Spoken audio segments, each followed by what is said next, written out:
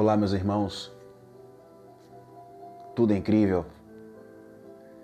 Vamos juntos, vamos glorificar o Pai dos nossos espíritos, vamos agradecer por mais um dia de vida, por mais uma semana que nós vamos enfrentar, vamos nos fortalecer nele, vamos nos enchermos do Teu amor, que é a Tua graça que se manifesta em cada um de nós.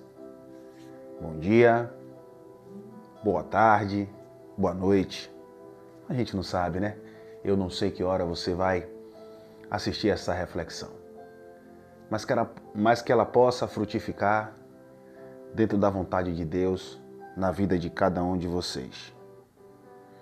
Final de semana vivido, e assim eu creio, assim são os meus pensamentos, que foi o melhor final de semana de nossas vidas.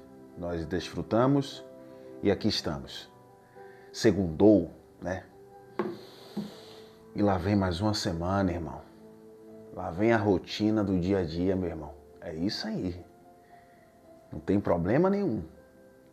A mudança do dia, da semana, é de acordo com os nossos pensamentos.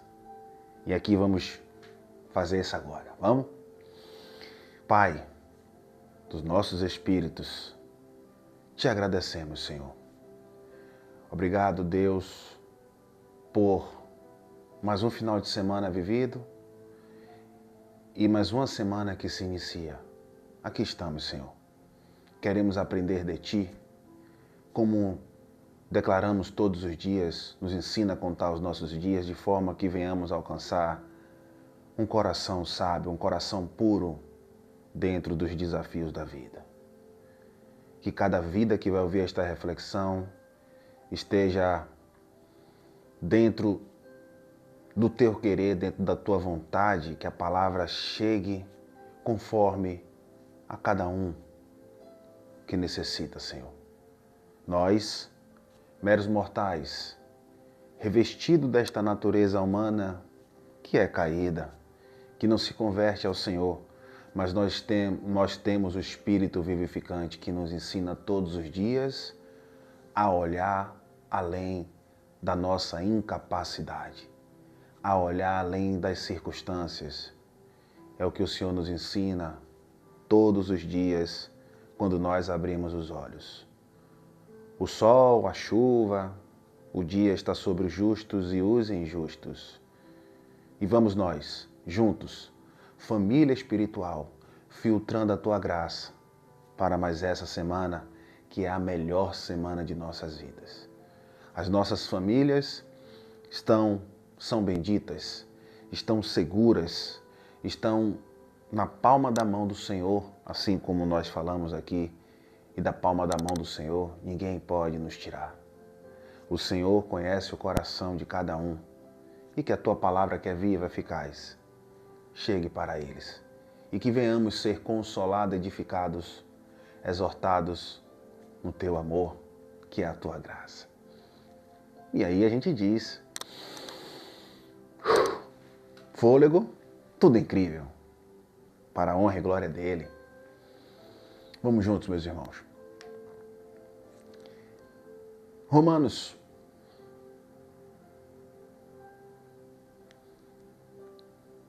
Romanos 5,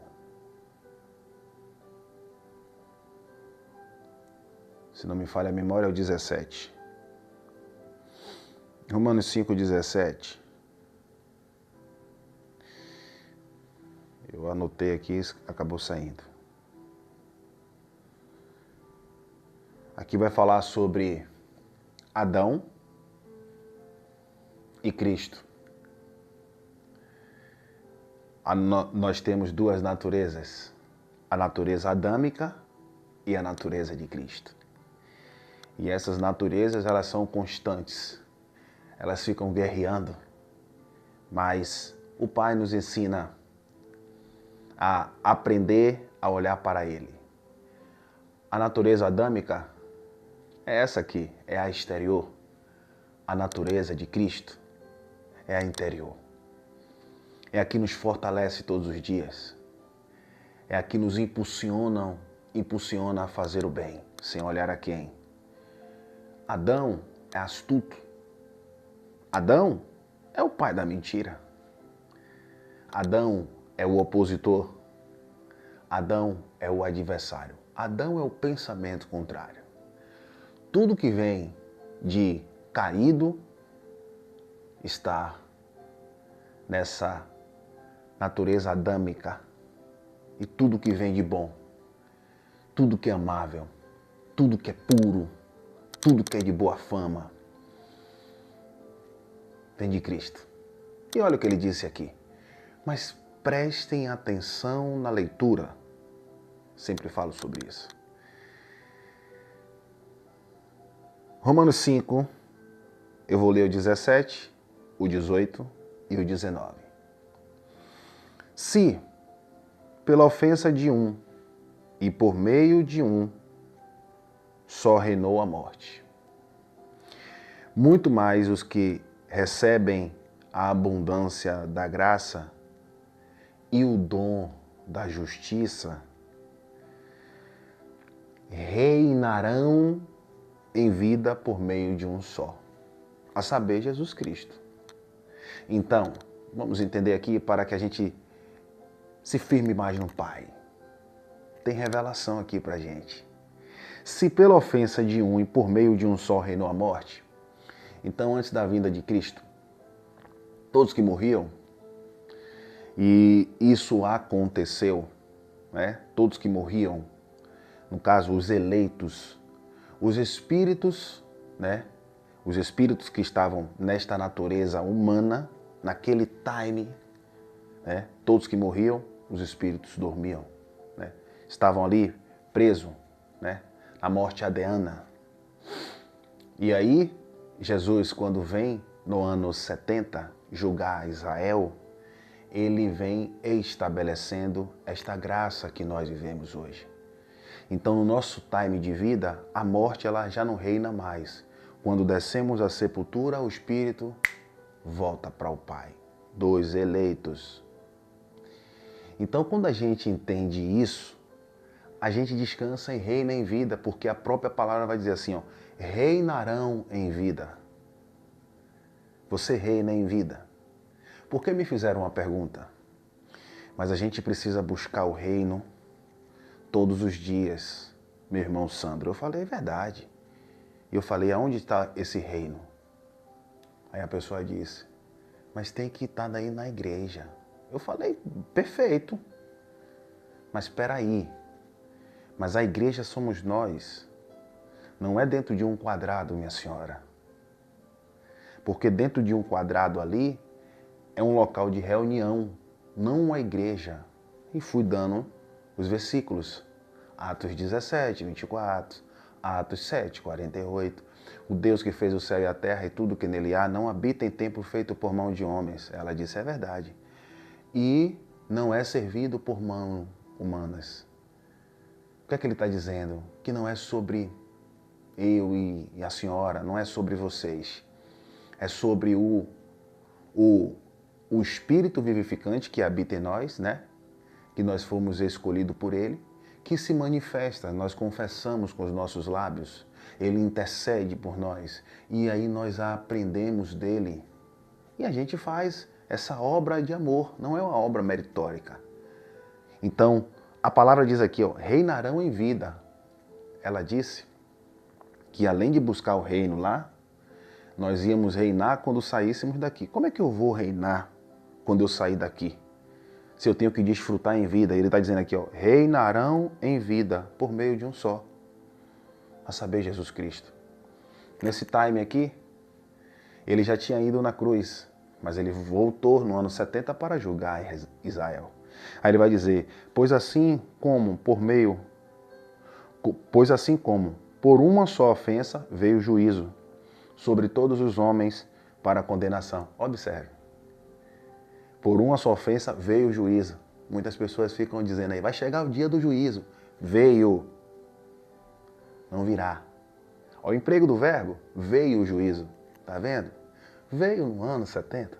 A graça nos estabelece isso. Então o mundo não vai acabar não, meu irmão. Meu irmão, Eu vou dentro da Bíblia, que ela nos relata dentro de uma história para trazer uma base plausível.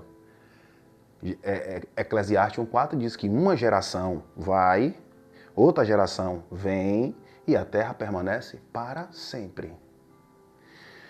Pois assim como por uma só ofensa veio o juízo sobre todos os homens para condenação, outra coisa, condenação. Lá em Romanos 8,1 vai dizer, nenhuma condenação há para os que estão em Cristo Jesus. Aí se você não entender a mensagem, você se tubia. Nenhuma condenação há para os que estão em Cristo Jesus, não segundo a carne, mas segundo a lei do Espírito de vida que nos livrou da morte adeana, morte adâmica. Nos livrou. Então, o que quer dizer com isso? Veio o pecado com Adão, juntamente veio a lei de Moisés, que consistia de 613 mandamentos. O homem não era capaz de cumprir. Cristo veio, não transgrediu a lei, cumpriu, estabeleceu sua graça e nenhuma condenação há, porque o ministério que nós vivemos é do Espírito, de Cristo, que a gente reina em vida. Os eleitos dele, os escolhidos dele, então nenhuma condenação há para os que estão em Cristo Jesus. E estar em Cristo Jesus é no ministério do Espírito, que a fé é o firme fundamento das coisas que se esperam, prova das coisas que não se vê. Então tudo isso é estar no ministério do Espírito. Depois verifica lá, 2 Coríntios 3,8. O ministério do Espírito, né? Ele é maior do que o ministério de condenação e morte, que era da lei de Moisés. Né? Que ele venceu, Romanos 10,4. O fim da lei é Cristo, para a justiça de todo aquele que nele crê. E a justiça é o evangelho que se manifesta em nós. Não é a justiça de você vai ver, está mexendo com o rio de Deus, ele vai fazer justiça. Não, a justiça foi feita. Julgou Israel e a justiça se manifesta em nós, que é o poder de Deus, é o evangelho. Romanos 1,16. Verifica lá. Assim também, por um só ato de justiça,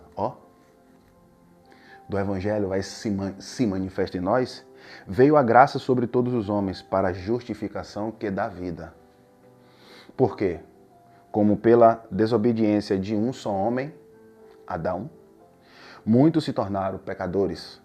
Assim também, por meio da obediência de um só, Cristo, muitos se tornarão justos.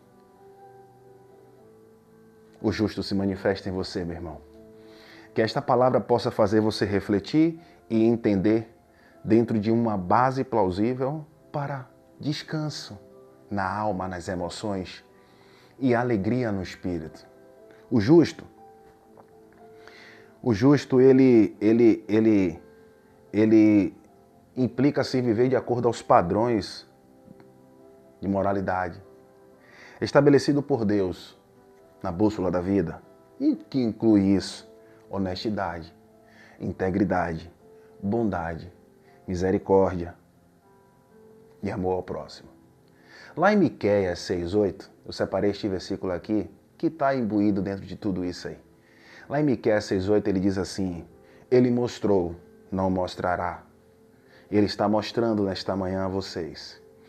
Ele mostrou a você, homem, ser humano, o que é bom e o que o Senhor exige. Pratique a justiça, o amor dele que se manifesta em você. Ame a fidelidade. A fidelidade é a palavra de Deus. Ele não é fiel a mim, a você. Ele é fiel à palavra. Ame a fidelidade, que é a palavra. Porque quando você ama a fidelidade, a justiça se manifesta em você. Você entende o que é reinar em vida e você vai dar fruto, que é o reino de Deus. Longanimidade, benignidade, mansidão, domínio próprio, temperança, paz e fé. Ame a fidelidade e ande humildemente com o seu Deus. Tudo é incrível. Esta palavra, ela nos fortalece, ela nos traz ânimo, ela nos traz descanso, ela nos traz alegria e é o Espírito que está se manifestando nessa natureza adâmica. São duas naturezas. Vamos falar sobre isso de acordo com o que o Pai nos dá em sabedoria. E eu venho aqui confessar com os meus lábios e compartilhar com vocês. Meu nome é Sandro Meireles. Eu sou aqui de Salvador, Bahia.